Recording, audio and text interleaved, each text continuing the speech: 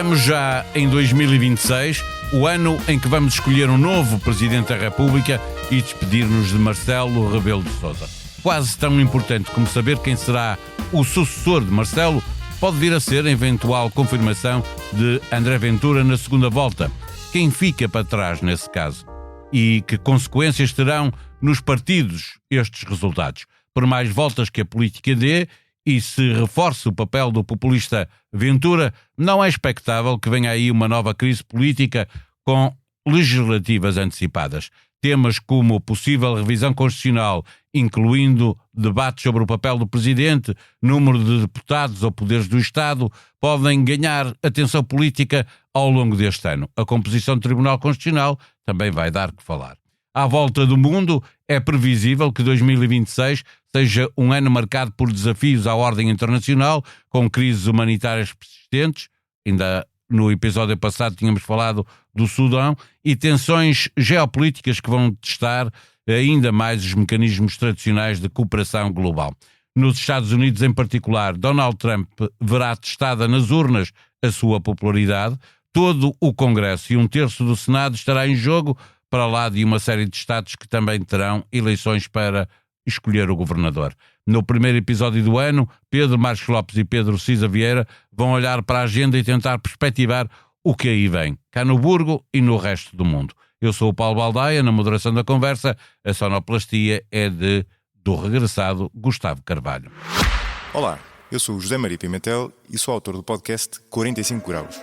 No 45 Graus trago para o microfone especialistas e pessoas com ideias que vale mesmo a pena ouvir, sobre temas como ciência, economia, política, filosofia ou sociedade.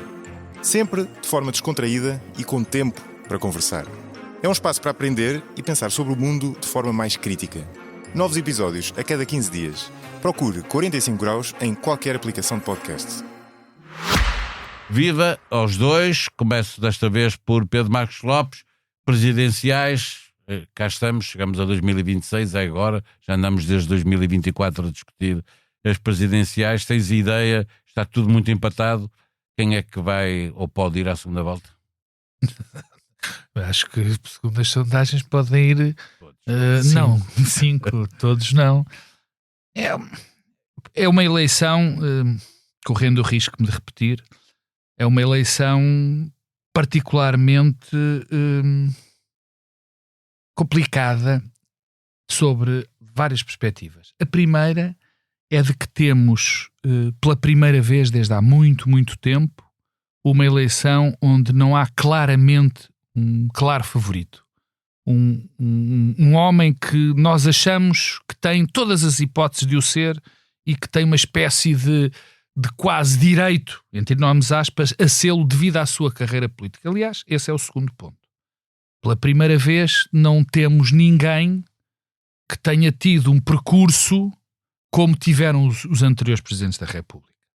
Marcelo Rebelo de Sousa fez a nossa Constituição, foi líder de um partido, foi um comentador de respeito, foi um professor catedrático, tem um trajeto, foi deputado à Constituinte, foi deputado à Constituinte, foi candidato a Presidente da Câmara de Lisboa, enfim. Marcelo Rebelo de Sousa não precisava ter sido Presidente para ser uma grande figura do regime. Tivemos Cavaco Silva, tivemos Mário Soares, tivemos Jorge Sampaio, tivemos Ramalhianes. Pela primeira vez temos alguém que não é uma figura de primeiro plano em Portugal. Isso é o segundo ponto. Em terceiro lugar, mesmo que não fosse uma grande figura ou que tivesse esse currículo extraordinário que tiveram os outros, fosse alguém que ocupasse o seu campo ideológico. Nenhuma das pessoas o fez. Nenhum daquelas pessoas que nós temos neste momento para candidatar, com exceção do André Ventura, nenhum deles consegue ocupar. Portanto, os candidatos do establishment... Mas isso é mais culpa de quem não foi, não é? De quem não veio. Não, isso já lá chega. Esquece. Paulo, sim, posso já lá ir, podia dizer, mas quem não vai, não vai. É evidente. Dir-me-ás, porque não tínhamos melhor. Claro que temos. Temos António Guterres. Temos Passos Coelho. Temos Paulo Portas. Temos António Costa. Temos outras figuras. E mesmo pessoas que nós não reconhecemos este perfil, esta dimensão, pessoas que ocupariam com certeza os seus campos ideológicos melhores. E para concluir, nós tínhamos uma surpresa. Tínhamos alguém que, quando apareceu, nós estamos aqui. Esta é uma das partes boas de fazer aquilo que nós fazemos, porque nós falamos de coisas que depois, daqui a uns meses, estão a ser completamente desditas, mas nós cá estamos para as assumir. Nós tínhamos um candidato que já tinha ganho as eleições, pelo menos à segunda volta ele ia de certeza liderando e que de certeza que ia ganhar. Que era... eu nunca pensei isso, assim tão terminantemente. Não, mas eu não estou a dizer que nós, todos os programas têm essa virtualidade, é que nós, como ouvimos, como isto é público, como em todo o lado, temos. Eu também nunca achei isso, mas isso acontecia. A primeira volta nunca acreditei, obviamente, mas estava absolutamente convencido. Não estou era às canelas dos meus filhinhos. Eu não tenho problema com isso. Era mau, era que eu não fosse capaz de ver a realidade que é mutável. E foi extraordinário. O Pedro Cisa Vieira há 15 dias dizia algo com muita piada que eu subscrevo inteiramente, quer dizer, ele não o disse em termos de piada, mas eu diverti-me muito quando ele disse, quer dizer, isto da política não é tão fácil como parece. Não é tão fácil, não é atar e botar ao fumeiro, isto tem a sua dimensão, e de facto Gouveia Melo é talvez o fenómeno que mais se esvaziou de que eu me lembro em muito tempo na política. É um tipo que apareceu, que parecia que ia ser a grande figura. Eu lembro-me não vou dizer mais, de eu dizer que havia um perigo dele fazer um segundo PRD. Eu disse!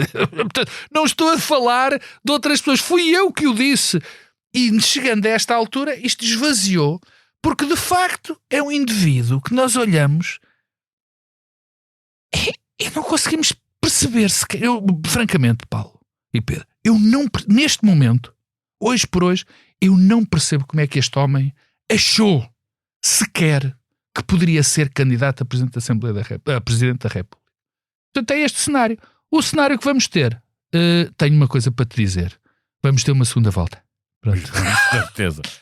Pedro Cisa Vieira, também contas com a segunda volta, por exemplo. Não, eu conto com a segunda volta, mas aquilo que eu acho que é interessante, obviamente são umas eleições que ainda estão em aberto. E estão tão em aberto quanto isto. Neste momento, no dia em que este episódio for para o ar, estamos a 2 semanas das eleições. Estamos a 2 semanas, mas no momento em que estamos a gravá-lo, ainda é bastante em aberto. Temos 4, 5 candidatos que estão muito próximos em termos de valores nas sondagens, e há 2 coisas que se pode dizer que são surpreendentes relativamente a uns meses antes. Tem a ver com o seguinte: em primeiro lugar, como dizia um amigo meu ainda ontem, estas são umas eleições onde se calhar o voto na primeira volta vai ser aquele que contribui para decidir quem é que vai ser o Presidente da República. Ou seja, quem não votar em Ventura. Onde tipicamente, se Ventura consegue fixar o seu eleitorado e consegue ter uma votação que lhe permite passar à segunda volta, então, dizia este meu amigo, quem passar à segunda volta, e na segunda volta as sondagens dizem que Ventura perde com todos, então tem uma grande probabilidade de ser o Presidente da República. E, portanto, dizia ele, nós que estávamos a dar pouca importância a quem iria passar, o qual seria o voto na primeira volta, se calhar o voto na primeira volta é que é o importante. É escolher o Presidente. Sim, é verdade. Estamos a escolher o Presidente quando fazemos o primeiro voto. Isso torna, obviamente, a pressão para o voto útil muito mais significativa e poderá, por si só, ter uma influência muito grande nos cálculos dos eleitores. Mas o segundo ponto, que ainda é mais interessante, é que estas últimas sondagens mostram uma coisa muito clara. É que quem está a beneficiar mais com a queda de Gouveia Melo, que à medida que se vai mostrando vai desaparecendo, é António José Seguro. E já se passava ao contra o espelho disso, se te recordas, porque a dada altura falamos aqui que o Gouveia Melo estava a tirar votos a António José Seguro. Claramente, os eleitores, aqueles que nas sondagens há umas semanas manifestavam a intenção de votar em Gouveia Melo, eram eleitores que vinham do Partido Socialista e do PSD. E aquilo que parece estar a acontecer é que, à medida que Gouveia e Melo vai caindo nas sondagens, Marcos Mendes beneficia marginalmente, mas António José Seguro parece estar a ser aquele que capitaliza estes votos. É verdade. E, portanto, a coisa mais interessante é não só esta ideia de que os eleitores socialistas, que estavam, enfim, não muito afetos à ideia e entusiasmados com a candidatura de António José Seguro, à medida que Gouveia e Melo vai perdendo o gás, parece voltarem àquilo que seria a sua casa natural. O que, e este é o meu segundo ponto, ainda torna um cenário que há umas semanas parecia completamente especulativo, mas hoje em dia já não é tanto. E se tivéssemos uma segunda volta em que não estava presente Ventura, mas era entre Seguro e Marcos Mendes? O que as sondagens mais recentes mostram é que se uma segunda volta for entre Seguro e Marcos Mendes, o resultado está totalmente em aberto. E, portanto, a coisa curiosa é esta. Ventura passa à segunda volta, quem vá à segunda volta com Ventura é o próximo Presidente da República. Torna muito importante escolher, portanto, o voto na primeira volta. Mas a segunda é esta, é que se este, com isto podemos estar a levar os dois candidatos principais, mais ligados ao Partido do Sistema, com mais histórico na política portuguesa, a poderem disputar uma segunda volta. Isto é totalmente especulativo, mas é um cenário possível. Os votos só entram a 18 de janeiro. Os votos só entram a 18 de janeiro. E depois a outra coisa que eu acho que vou ter curiosidade em acompanhar é o que é o cenário que sai das eleições presidenciais. A convicção que eu tenho é que se André Ventura passa à segunda volta, por muito que perca, ele vai ter mais umas semanas grandes de protagonismo. Vai ser um protagonista central do sistema. Para trás um candidato ou do PS ou do PSD, pelo menos. Vai se tornar um candidato e vai fazer uma campanha em nome de eu sou o único que trago mudança. Este que está aqui à minha frente não é capaz de ser a mudança, ou é contra mim. Unem-se todos contra mim e portanto vai começar a fazer a coisa de temos que ter eleições, temos que provocar a mudança, eu posso fazer a mudança a partir de Belém, se não o fizer a partir de Belém, ele já ensaiou este discurso, então isto tem que ser um grande movimento para fazer uma mudança constitucional, etc, etc. E eu acho que verificar como é que os outros partidos gerem uma circunstância em que terão um Presidente da República que ganha, digamos assim, porque o adversário é Ventura, é um mal menor, como é que os partidos gerem depois a relação com o Ventura? Estás a pensar em PS, PSD ou todos? Estou a falar sobretudo PS e PSD, porque os outros partidos riscam um pouco nesta disputa. Mas arriscaram levar candidatos e vão ter que... O tema muito é o seguinte... Não, estou a falar do Livre, do Bloco, do PC. Foram lá para segurar eleitorado. Se não seguram é complicado. Eu diria que, quer dizer, se não seguram... E a Iniciativa Liberal? Eu diria o seguinte, a Iniciativa Liberal tem um candidato que, pelos vistos, está a sair bem nas sondagens. Mas o tema todo é o seguinte... Está bem, mas arriscou também. É uma catástrofe para um partido como o Bloco de Esquerda sair destas eleições com uma pessoa como Catarina Martins com 2, 3, 4%. É uma catástrofe. Marisa Matias teve 10% numas últimas eleições. É uma catástrofe para o PCP se uma figura prestigiada como o António Filipe tem 2 ou 3%. O Livre perde um fôlego brutal se o Jorge Pinto tem um resultado de 1, 2, 3%. É trágico para o Livre. E, finalmente, quer dizer, eu acho que para Gouveia e Melo é quase humilhante se ele sai em quinto lugar com uma votação há cerca de 10%, quando ainda há uns meses atrás era o próximo Presidente da República. Chegou a andar para os 30%. E, portanto, eu não descarto também que nestas semanas que se seguem haja candidatos que desistem. Não descarto isso. Mas, enfim, a racionalidade está muito afastada hoje em dia da política portuguesa. Deixa-me dizer... Pedro Marcos Lopes, olhar para esta consequência na vida dos partidos, já que os partidos quiseram ir todos às presidências. Já vamos falar dos partidos. Eu estou convencido que o próximo ano será o pontapé de saída de uma mudança... O próximo é este. O próximo ano... Que já estamos em 2026. Estamos próximo período de 12 meses a contar de hoje. Obrigado, Pedrinho. O O que eu te digo é que eu acho que o próximo, este ciclo, nós vamos assistir a uma reformulação, uma reforma, uma espécie de uma revolução no nosso sistema partidário. Eu acho que o PS ou o PSD correm sérios riscos de implosão interna ou externa que possa vir a provocar essa implosão interna, um fenómeno externo que provoque uma implosão interna. Mas estou mais preocupado com o facto de que este presidente não vai ser um presidente popular imediatamente. Ou seja, o presidente da República é alguém que é uma espécie de provedor do cidadão. É um voto que é feito direto, é uma confiança que se dá diretamente a um homem, a uma mulher. Nós só tivemos homens como presidentes até agora. E há uma relação direta entre esse presidente e os cidadãos. E nós vamos ter sempre, em qualquer circunstância, um presidente que as pessoas vão votar como mal menor. E se isso é relativamente comum nas eleições legislativas ou até nas autárquicas, não é comum numas eleições presidenciais. As presidenciais nunca foram umas eleições de mal menor. E nós vamos ter pela primeira vez um cenário onde os cidadãos não têm o presidente como o seu provedor, porque no fundo, não gostam dele e só votaram nele porque sim.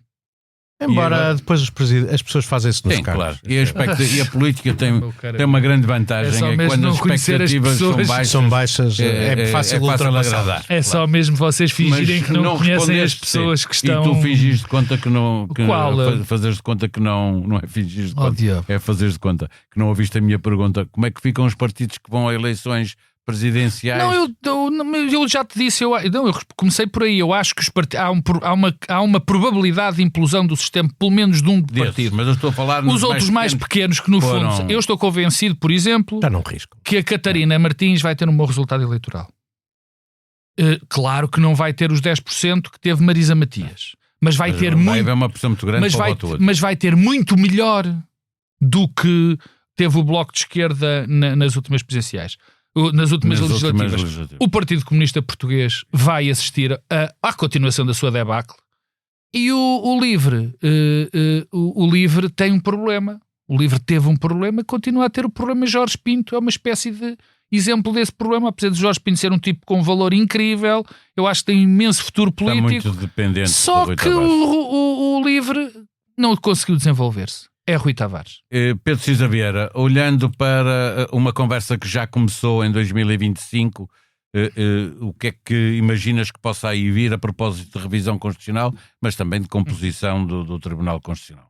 Bem, a composição do Tribunal Constitucional, o grande problema que nós temos agora é que temos uma enorme dificuldade em que os partidos na Assembleia da República se entendam relativamente a um conjunto de cargos que têm que ser nomeados por 2/3 dos deputados em efetividade.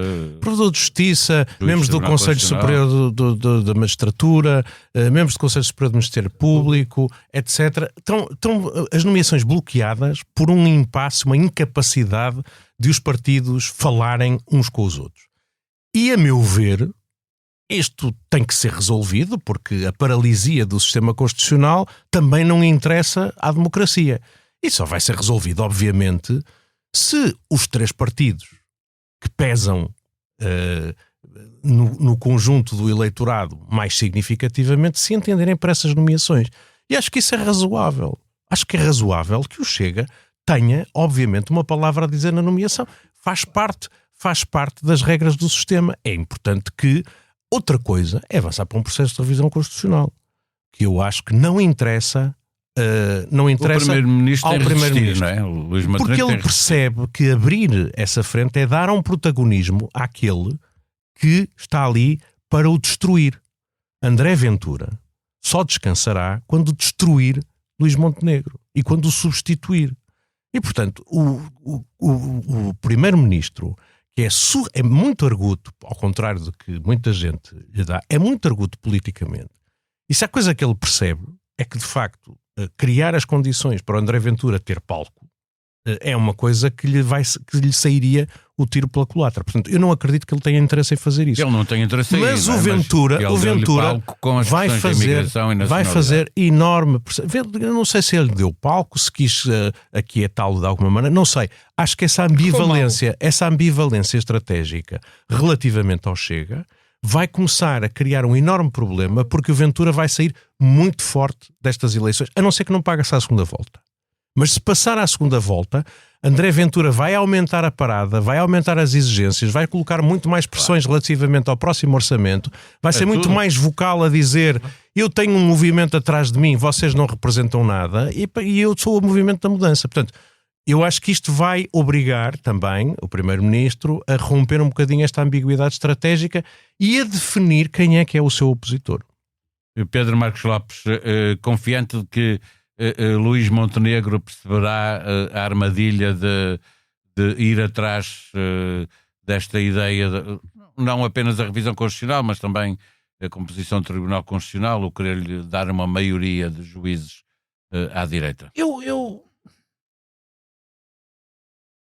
Eu tinha, racionalmente, e olhando para a carreira anterior de Luís Montenegro e aquilo que foi a sua prática política, a minha opinião era que sim, ele ia conseguir fugir desta armadilha que é a revisão constitucional, que ele ia ter um comportamento muito mais dialogante e muito mais estrategicamente cooperante com o Partido Socialista, ou o Partido Socialista com o PSD, até porque ele nos anunciou as linhas vermelhas e coisas do género.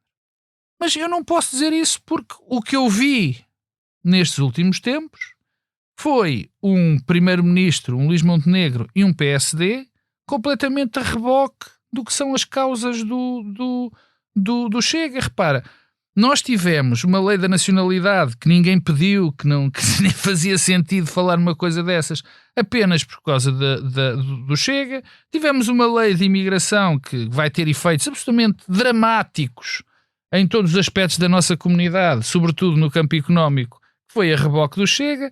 Nós temos uma legislação laboral que não foi a reboque do Chega, mas mais parece um manifesto académico ou ideológico do que outra coisa qualquer. Portanto, nada me garante. Pelo contrário, tudo me indica que a cooperação entre o Chega e o PSD vai continuar com prejuízo evidente.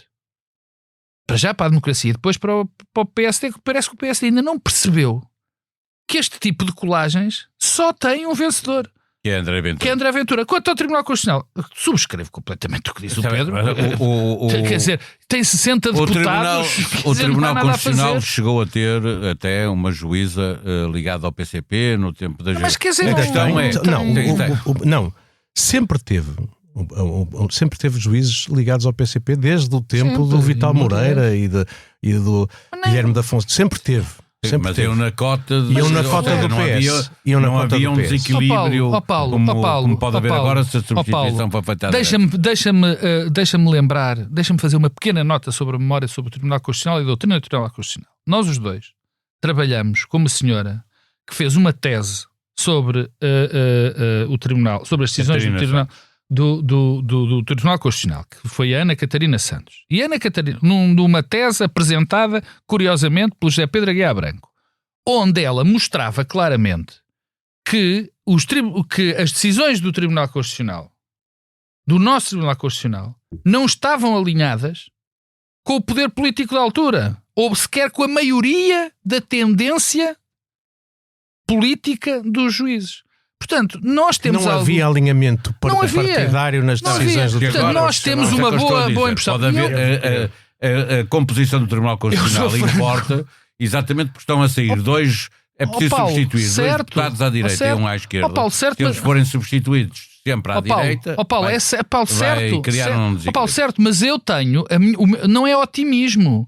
Mesmo que eles sejam substituídos por todos à direita, o que eu sei, e a Ana Catarina mostrou isso, é que mesmo sendo da direita, eles não vão fazer uma interpretação obrigatoriamente da direita. Vão ser bons juristas. E eu espero que mesmo o homem do Chega, ou a mulher do Chega, há um caso que me perturba se for, mas eu nem vou dizer o nome, não é? Não, mesmo que seja, nada me indica que esses não sejam excelentes juristas e que façam apenas um bom trabalho. Para fecharmos a parte nacional, antes de irmos ver por esse mundo fora o que é previsível que aconteça, precisa ver, a economia recebeu uma medalha para o Primeiro-Ministro para o peito, como a melhor economia do mundo, Economist a dizer. Não, o melhor desempenho em 2025, que é uma coisa diferente. É preciso ver a diferença entre uma coisa que é, digamos assim, o ponto em que estamos por comparação com outras economias e o percurso que estamos a fazer em comparação com elas. E é possível dizer que nós estamos a crescer mais e a criar mais emprego e a controlar melhor a inflação que economias mais desenvolvidas, sem que isso significa que estamos mais desenvolvidas que elas. É bom pôr as coisas em relevo. Mas, quer dizer, eu acho que, do ponto de vista económico, a grande incógnita não tem a ver com o desempenho da economia nacional, tem mais a ver com o desempenho da economia internacional. Se não houver perturbações significativas no cenário internacional, a economia portuguesa vai continuar a crescer e vai continuar a crescer mais do que a média europeia. É um percurso que já tem uma década e que estruturalmente tem todas as condições para continuar. Coisa diferente é o cenário internacional. Vamos nós ou não, a economia internacional tem resistido surpreendentemente bem aos impactos das tarifas do Trump, aos conflitos abertos com guerras da Ucrânia, às sanções ao petróleo venezuelano, tudo ao ataque ao Irão, tudo aquilo que eram previsões de catástrofe por causa de fenómenos como estes, a economia tem-se adaptado muito bem.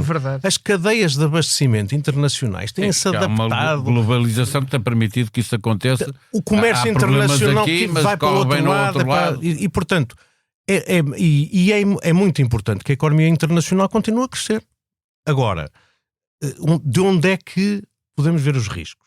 Há uma sobrevalorização dos ativos, particularmente das bolsas de valores, particularmente nos Estados Unidos. Há quem diga que a economia americana cresceu muito neste último ano, não porque estivesse a criar empregos, mas sobretudo por um investimento induzido por esta aposta na inteligência artificial. Foram bilhões de dólares de investimento, ou seja, de estímulo do lado da procura, que vêm de construir data centers, fábricas para fazer semicondutores, etc., com esta ideia de que é preciso investir mais que os outros para ganhar a corrida da inteligência artificial. E aquilo que muita gente receia é que, na verdade, isso não se está a traduzir numa adoção pelas empresas e pelas pessoas destas novas capacidades de inteligência artificial que está a vir a público. E, portanto, há muita gente que diz, será que este investimento todo não vai conseguir ser recuperado porque isto vai demorar muitos anos a fazer esta adoção em que as pessoas vão finalmente pagar para usar a inteligência artificial? E se isso não for assim, então todo este crescimento muito grande da economia americana, toda esta valorização muito grande das bolsas americanas pode cair.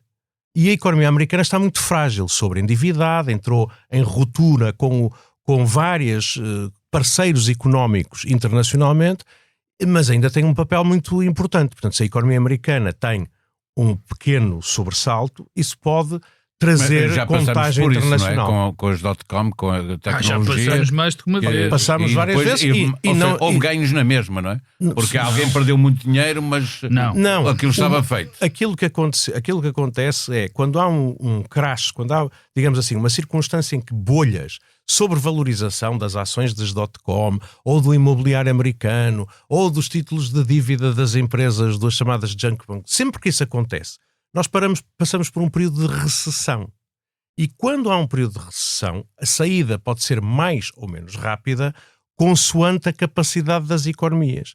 E nós temos, de facto, neste momento, em muitos lados, uma possibilidade de haver essa recessão, essa crise, e isso ter algum impacto em economias que estão muito endividadas e que, se deixar de crescer a economia, deixar de crescer o volume de negócios das empresas, elas ainda assim vão ter que continuar a pagar dívidas.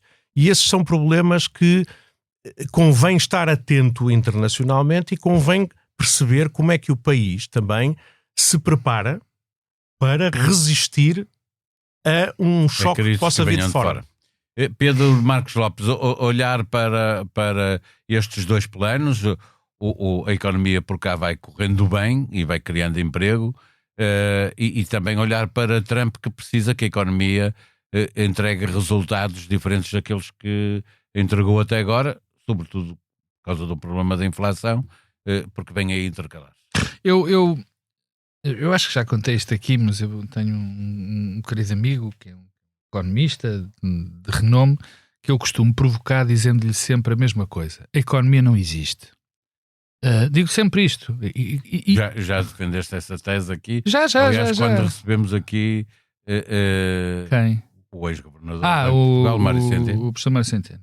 Mas eu digo muito isto, porque se há coisa que nós observamos nestes últimos 10, 11 anos, é como é que é possível um discurso político pretender mudar a realidade de uma forma tão radical e ter um efeito completamente oposto àquele que seria o normal em função de um determinado resultado económico. Ou seja, aquela velha tese do "It's the economy stupid", que ganhava as eleições, Portugal é o maior exemplo de termos construído, de muita gente ter construído uma narrativa ao arrepio daquilo que foi o desempenho económico nacional. Porque tu repara, nos últimos 10 anos, eu já o disse aqui, nós tivemos resultados económicos notáveis. Notáveis, quer dizer, não custa nada dizer, é verdade. Em todos os aspectos, em quase todos os aspectos, porque nunca são em todos os aspectos. Mas desde salário mínimo, salário médio, aumento do PIB, aumento do PIB per capita, aumento da nossa aproximação aos nossos parceiros europeus, menos construção de infraestruturas, é verdade, mas o país solidificou, tornou-se mais sólido com as suas estruturas e as suas instituições mais sólidas, e no entanto o discurso político que fez com que se ganhassem eleições foi exatamente o contrário. Foi o discurso político de que economicamente isto é uma desgraça, ou o país está uma desgraça. E é mentira. Sempre foi mentira. Aliás, o facto de agora termos ficado... bem, isso também aconteceu nos Estados Unidos, onde a economia estava a crescer e o emprego estava forte e os salários a crescer. Pedro. Também aconteceu em França, onde a economia estava bem. E, portanto, não é um fenómeno estritamente português. Mas eu acho que vale a pena refletir porque é que será assim. Mas eu não digo que é um fenómeno estritamente português, apesar de que o contrário, porque apesar de que há, por exemplo, uma grande diferença com a questão americana, é que quando foi do Biden, o país estava... Brutal. O país estava... Nós tivemos cá a inflação de 10%. Exatamente. O país estava a dar o salto. A economia pode crescer muito, depois as pessoas não estão melhor. Paulo, mas repare, eu comecei por dizer e digo que as pessoas estão melhores. Lamento. E as pessoas durante estes 10 anos, as pessoas ficaram melhores. O que eu disse é que a narrativa política que condicionou todos os resultados eleitorais e que fez uma transformação de 180 graus, o que é que aconteceu? Foi ao arrepio de tudo o que de facto aconteceu economicamente. Ou seja, "It's the economy stupid", não vale nem para o caracol. E quando tu, ou o Pedro, me interromper, eu ia lhe lembrar uma coisa. Em 2022, nós já tínhamos ganho um prémio, mas foi a medalha de prata do Economist. Já éramos a segunda melhor economia. Sim, tem sido as economias que estão a tu respondes-me assim. Mas ainda há muita gente pobre, há muita gente a ganhar mal. Como é evidente, ninguém está aqui a dizer o contrário. O preço da habitação condiciona muito a vida. Paulo, deixa-me só é verdade, eu termino já. É verdade, isso é tudo verdade. Isso é tudo verdade. Também não sou só eu que tenho de acelerar. Não é acelerar. Nós temos 70%, não é acelerar, não repetir as mesmas ideias. 70% das pessoas do problema da habitação, que é um problema grave, mas 70% das pessoas têm casa própria. Quantos países na Europa podem dizer o mesmo? Países da Europa do Sul. Mas eu queria voltar ao ponto que o Pedro Marcos Lopes fez e dizer o seguinte: tal como em Portugal, também nos Estados Unidos, tudo isso, o crescimento da economia não foi suficiente para haver uma zanga com os governos. E eu acho que o tema é muito curioso também, que essa ideia das narrativas é uma ideia também que agora passa ironicamente para aqueles que agora estão no governo e que diziam que a economia estava a funcionar mal. Montenegro, que dizia que era preciso que o país crescesse a 3% e que o crescimento de 2,5% está todo contente a dizer-te, até recebemos a distinção do Economist. Trump, que dizia que a inflação era uma coisa horrível, agora está a dizer que os preços baixaram 400%, 500% e tal, e que as pessoas estão muito melhor, apesar das pessoas não sentirem. Ou seja, fizeram o discurso de que agora são vítimas.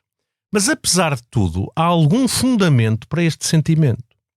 E esse fundamento é o seguinte, é que há certos bens em que bens que eram considerados bens essenciais, em que o acesso por parte de segmentos significativos da população deixou de funcionar. O caso mais exemplar é o da habitação. O problema da habitação é um problema em todo o mundo ocidental. Nós podemos dizer, em Portugal as casas estão a crescer mais, mas em todo lado, há menos poder de compra dos Estados Unidos. Mas o tema todo é, isto significa uma sociedade que está dividida entre os que têm e os que não têm. E isto gera um descontentamento. Quando os que não têm sentem que nunca podem vir a ter, questões como a desigualdade na distribuição de rendimentos tornam-se muito mais significativas. Se eu tenho menos, mas eu vou ter uma casa que é o símbolo de que eu estou a chegar à prosperidade, então eu estou mais tranquilo com isso.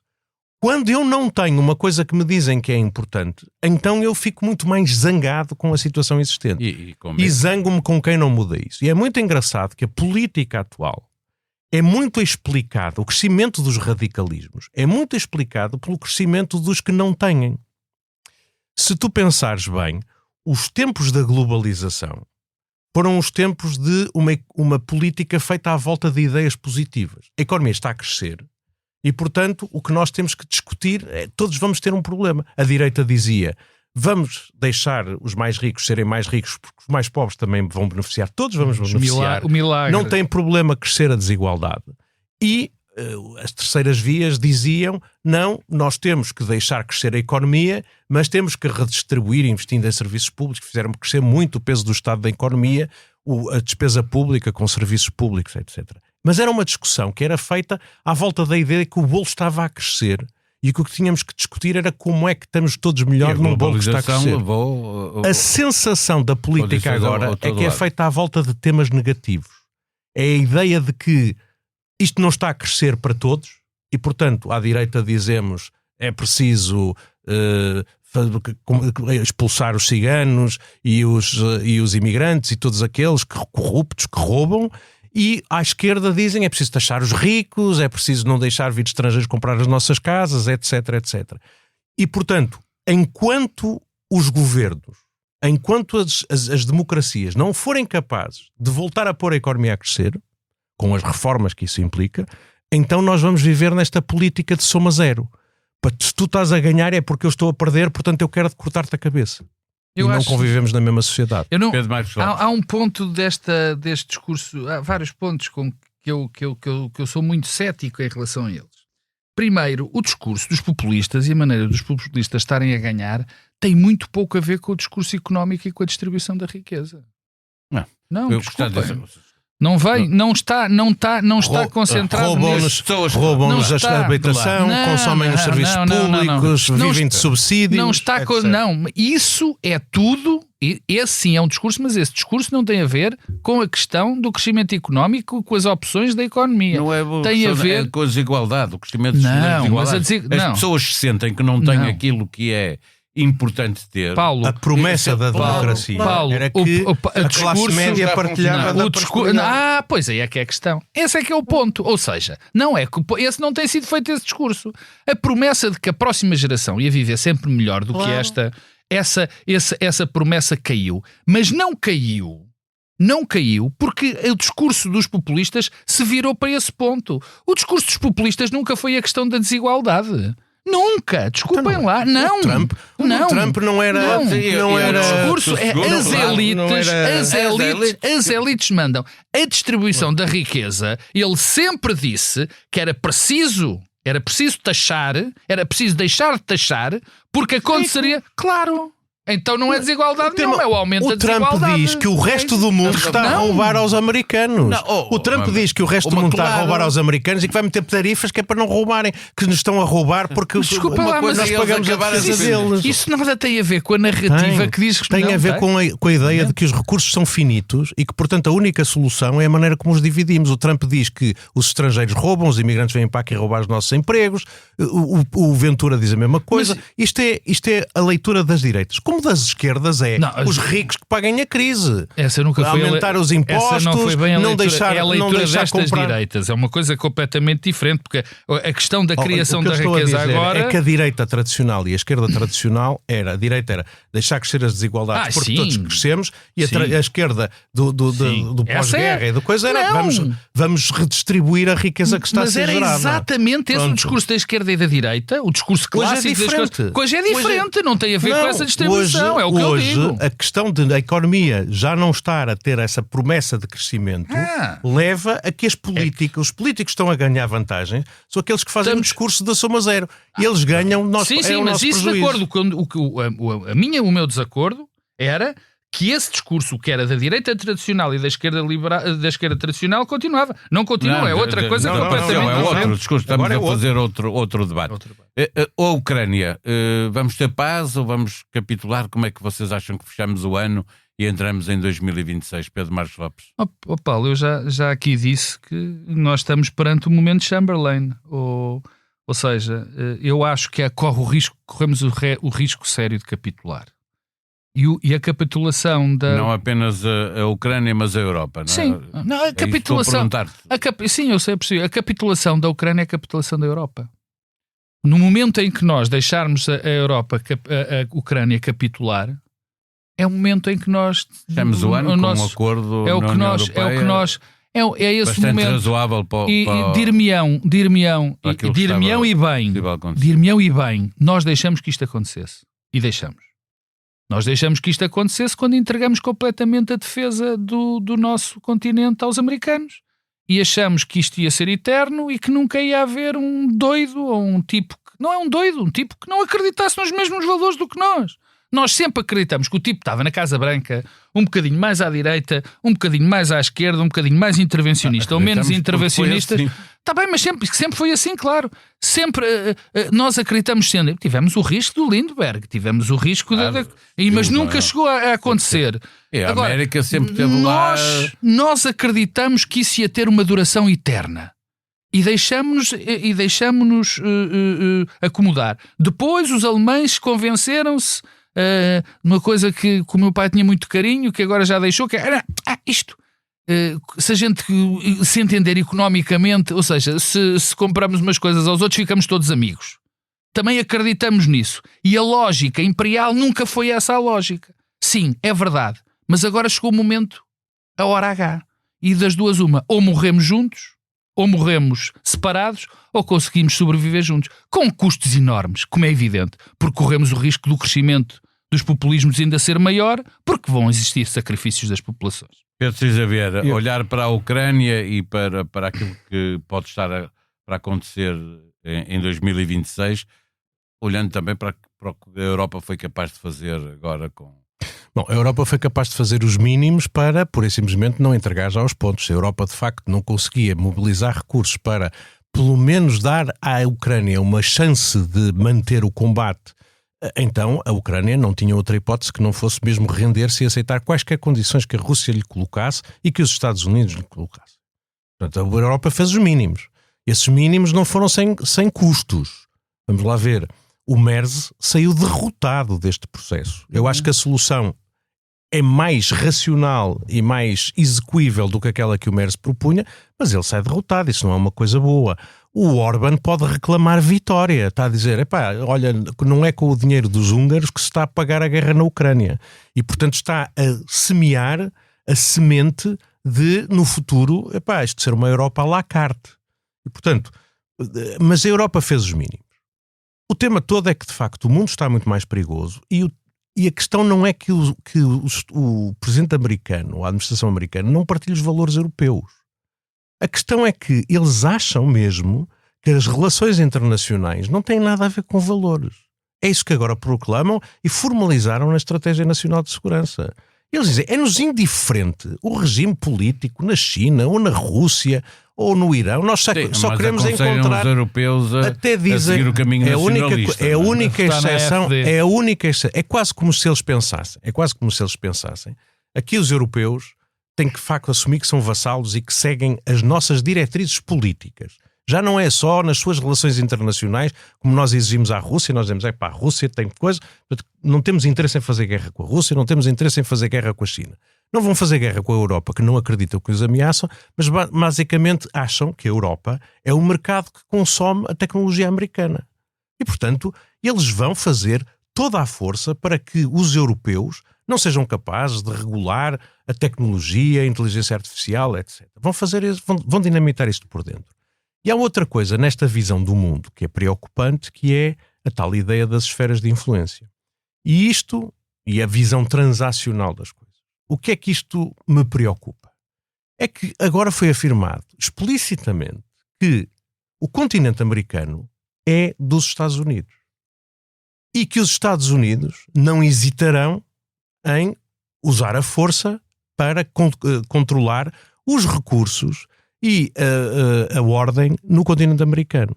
O que estamos a ver na Venezuela é uma coisa que é a manifestação dessa posição, mas se vocês pensarem bem, isto que foi dito na Estratégia Nacional de Segurança tem um corolário muito evidente, por exemplo, na Groenlândia. Quer dizer assim, a Groenlândia é na América. Na América mandam os americanos, não mandam os europeus. O Trump nomeou agora um antigo governador como enviado para os temas da Groenlândia, que é um homem que acha que a Groenlândia tem que ser integrada nos Estados Unidos. E, portanto, quem diz que não hesita em usar a força para controlar o continente americano e salvaguardar os seus interesses, com o tema da Groenlândia, pode estar a dizer que está disponível para usar a força contra a União Europeia. E, portanto, ele já tinha logo no início da semana falado do Canadá. Eu vejo estas coisas todas, guerra na Ucrânia, o que pode depois passar. Os Estados Unidos, na Estratégia Nacional de Segurança, dizem, apesar de tudo, que não querem ver alterado o estatuto de Taiwan, mas basicamente dizem agora os asiáticos têm que pagar mais. Essa é a questão. Portanto, é de saber se a China tudo vai fazer 2026 o ano significa que negocia-se. Não sei se é 2026, mas é uma coisa que o que penso é, em 2026 vamos ver o que é que se passa na Venezuela, vamos ver como é que evolui a questão da Groenlândia, vamos ver se há um acordo de paz para a Ucrânia com garantias de segurança que sejam efetivas, ou se pelo contrário a guerra continua até ficar exaurida a Ucrânia e a Rússia pelo caminho. E finalmente também um outro ponto para mim muito complicado, que é Gaza e é o Sudão do Sul, obviamente. Isso é uma fonte de insegurança tal que dali podem vir vagas de migrantes, de refugiados para a Europa. Estas crises migratórias... Estas crises aqui na nossa periferia são crises que se traduzem em vagas de refugiados. Aliás, a boa notícia de 2025 foi a paz na Síria e o regresso de 3 milhões de refugiados ao seu país. Mas a diferença entre a questão dos refugiados, é isso, entre os refugiados, por exemplo, no Sudão e na Síria, é que tipicamente os refugiados no Sudão, naquela zona do mundo, vão para os países limítrofes. Da Síria é muito mais próximo, aliás. Sim, nós esquecemos sempre, mas não há sobrevivem ali. Nenhum dos 10 países ocidentais, dentro dos 10 países que recebem mais migrantes, vou repetir, nenhum dos 10 países que recebem mais migrantes, nenhum é um país ocidental. Sim, mas claro. De África virão vagas. É Paquistão, de África, se não houver em África, se não houver estabilização da situação de guerra, se não for substituída a ajuda americana em matéria de saúde e de alimentação, vão chegar vagas de refugiados. E a Europa tem que se preparar para isso. As vagas de refugiados, quando os países cada vez estão mais pobres, são sempre para o lado. Só há imigrantes e refugiados para quando os países estão relativamente bem. É um fenómeno, mas é assim que funciona. E a extrema-direita vai continuar a galgar caminho com esta essa discussão, a extrema-direita, vagas migratórias. a extrema-direita conseguiu algo que normalmente redefine o futuro político dos países, que é controlar a narrativa. A extrema-direita na Europa e nos Estados Unidos menos, por incrível que possa parecer neste momento, mas na Europa controla perfeitamente a narrativa. Todos os temas que são vitais para a extrema-direita são os temas que estão na agenda político-mediática. E quando isso acontece, é muito difícil reverter a situação. Repara uma coisa, quando nós trazemos um tema e esse tema permanece, esse tema passa a ser o tema mais importante do mundo. E, portanto, eu não acredito que neste período a extrema-direita possa perder o que seja. Aliás, há riscos concretos. Há riscos concretos neste momento em países muito relevantes. Há um risco absoluto de, finalmente, Bardella ser primeiro-ministro ou ser presidente, sei lá, provavelmente. É em 2026. Temos mas temos um fenómeno. Temos o problema do Keir Starmer na Inglaterra, porque o crescimento ainda está longe, estão longe as eleições, mas a sensação de que o Keir Starmer está em perda e que provavelmente o Partido Democrata, o Partido Trabalhista o vai substituir, é um fuel terrível é ótimo para Nigel Farage. A AfD não mostra sinais de calmia, digamos assim. Portanto, o que eu prevejo para a Europa é que, com este controle da narrativa, passam à vontade a Donald Trump. Com este controle da narrativa, eu acho que a única maneira de alguma maneira parar estas pessoas que dizem que vão acabar com o que está mal é mesmo os governos democráticos resolverem problemas que estão claramente em cima da mesa. Para mim, à cabeça é o problema da habitação. E eu acho que as democracias ocidentais têm toda a capacidade para resolver o problema da habitação. É um problema resolúvel, é um problema que não custa muito dinheiro, é um problema que exige intervenção no mercado, desburocratização, regulação, etc. Mas tem todas as ferramentas para o fazer. Foi muito mais difícil, a seguir à guerra ou a seguir ao 25 de Abril, criar o Serviço Nacional de Saúde. Portanto, mas essas coisas são possíveis. Foi por se ter criado o Serviço Nacional de Saúde, por se ter criado as bases da Segurança Social, por se ter feito melhorias a favor da população, que a população se identificou com o 25 de Abril e com o regime democrático. E isto é assim em todo o mundo. E, portanto, os governos têm que fazer essas mudanças, e a coisa mais terrível que acontece é o seguinte: é que mudanças destas mexem com interesses. As reformas mexem com interesses. E os governos estão para os governos que vivem do seu voto têm e que estão muito obcecados hoje em dia pelo ciclo muito rápido das notícias, da atenção dos eleitores, das sondagens, etc. Parece que fraquejam no primeiro momento em que se começam a articular as propostas de mudança. E, portanto, eu acho que os partidos de direita reclamam sem solução. É como o Trump. O Trump foi muito claro a identificar os problemas, depois não consegue entregar as soluções. Mas a verdade é que o Partido Democrata perdeu por falta de comparência na resolução. Estava a resolver problemas que as pessoas não sentiam como o seu. O Joe Biden estava a fazer uma agenda de desenvolvimento e de reforço da estrutura económica dos Estados Unidos. Estava a criar emprego em estados que eram do Rust Belt, etc., etc., mas não conseguiu controlar, de facto, o custo da alimentação e o custo da coisa. Não conseguiu resolver o problema do acesso à habitação. E, portanto, quem chega e diz: isto está mal, estes tipos não conseguem resolver, eu vou resolver, para isso quero chegar ao poder e quero não ter regras para resolver os problemas, porque já vimos que as regras implicam...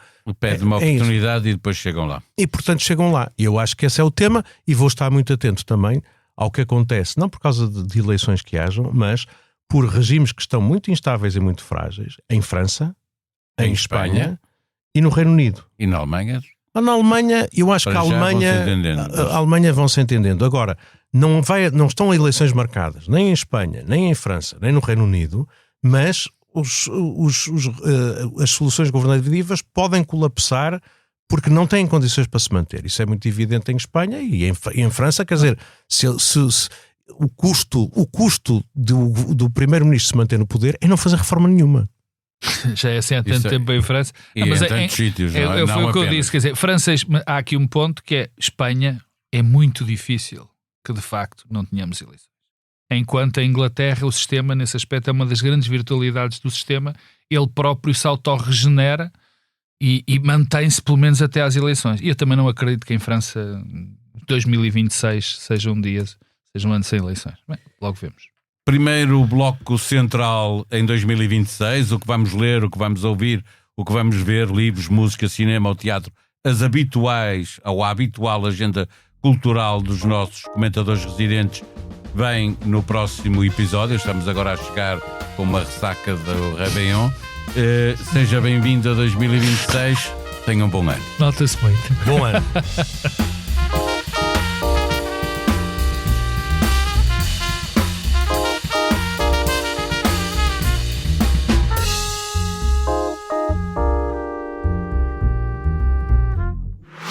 Olá, eu sou o José Maria Pimentel e sou autor do podcast 45 Graus. No 45 Graus trago para o microfone especialistas e pessoas com ideias que vale mesmo a pena ouvir, sobre temas como ciência, economia, política, filosofia ou sociedade. Sempre de forma descontraída e com tempo para conversar. É um espaço para aprender e pensar sobre o mundo de forma mais crítica. Novos episódios a cada 15 dias. Procure 45 Graus em qualquer aplicação de podcast.